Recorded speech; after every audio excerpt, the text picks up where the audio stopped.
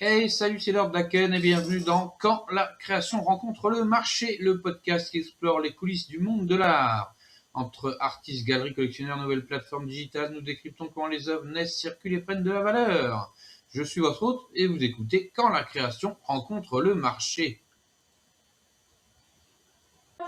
Quand une idée devient une œuvre et qu'une œuvre rencontre le marché, bienvenue dans le podcast Quand la création rencontre le marché. Aujourd'hui, parlons de la manière dont les œuvres d'art circulent dans le monde, entre galeries collectionneurs et nouvelles plateformes numériques.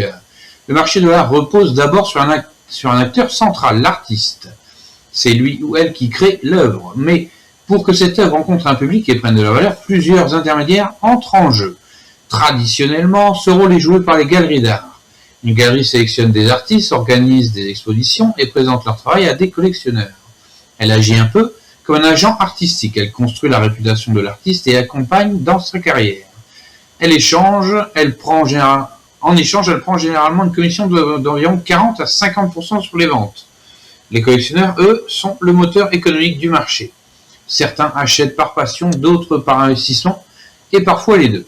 Leurs achats peuvent influencer la cote d'un artiste et faire évoluer sa reconnaissance sur la scène artistique. Une autre dimension importante du marché, ce sont les foires et les ventes aux enchères. Des événements internationaux comme Art Basel ou Fred's Art Fair réunissent galeries, artistes et collectionneurs du monde entier. Quant aux maisons de vente comme Sotheby's ou Christie's, elles permettent les reventes d'œuvres, parfois à des prix spectaculaires. Mais depuis quelques années, le marché connaît une transformation majeure avec l'arrivée du numérique. Les galeries en ligne et les plateformes comme Artsy permettent aujourd'hui d'acheter une œuvre depuis n'importe où dans le monde. Et puis il y a l'art digital et les NFT qui ont ouvert un nouveau chapitre.